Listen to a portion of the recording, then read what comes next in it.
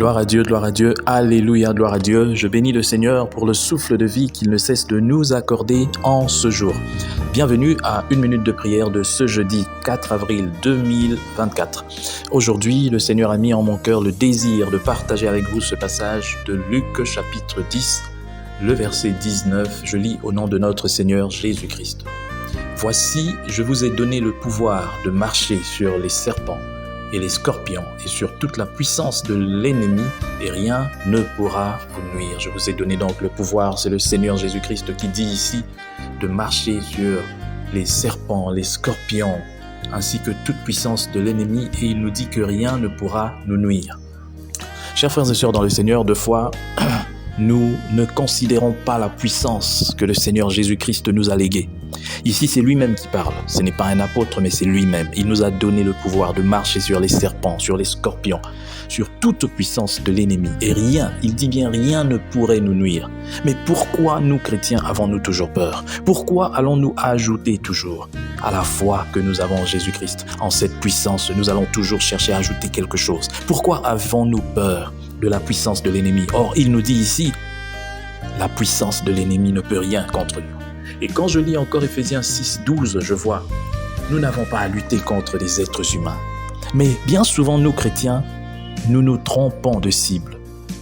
Nous commençons à lutter contre les êtres humains. Nous commençons à voir l'ennemi, au lieu de voir l'ennemi dans l'être humain, de combattre l'ennemi. Mais nous commençons à combattre les êtres humains, jusqu'à nous combattre entre nous, parce que nous pensons deux fois que ce frère, qui est pourtant à l'église avec moi, me combat et je commence à le combattre. Je commence même à propager de mauvaises choses sur lui. Je commence à détruire sa réputation. Or, la Bible nous dit, le Seigneur Jésus-Christ lui-même nous dit que rien, absolument rien, ni les serpents, ni les scorpions, ni la puissance de l'ennemi ne pourrait nous nuire. Alors c'est une interpellation aujourd'hui. Mon frère, tu te sous-estimes là où tu es. Tu es puissant là où tu es. Tu es puissant. Et tu dois savoir que le Seigneur Jésus lui-même t'a revêtu de cette puissance afin que rien ni personne ne puisse venir tenter quoi que ce soit contre toi. C'est pour cela, je t'invite aujourd'hui, toi qui me suis en ce moment, à être conscient de la puissance que tu as, à être conscient de ce que tu es. Tu es un enfant de Dieu et tu es totalement rempli de la puissance de Dieu. Si toutefois tu as donné ta vie, réellement à Christ et que tu es né de nouveau et que le Saint-Esprit est en toi. À partir d'aujourd'hui, relève ta tête. N'aie plus peur des démons, des sorciers de ta famille, même si tu fais partie des familles où la sorcellerie est ancrée jusque je ne sais pas où. Tant que tu as Jésus avec toi, il est plus puissant que tout. Mais, essaye seulement de marcher dans la voie que Dieu veut. Ne pêche pas volontairement. Vis dans la crainte de Dieu et que gloire soit rendue à Jésus-Christ. Merci, nous prions. Seigneur, bénis cette parole.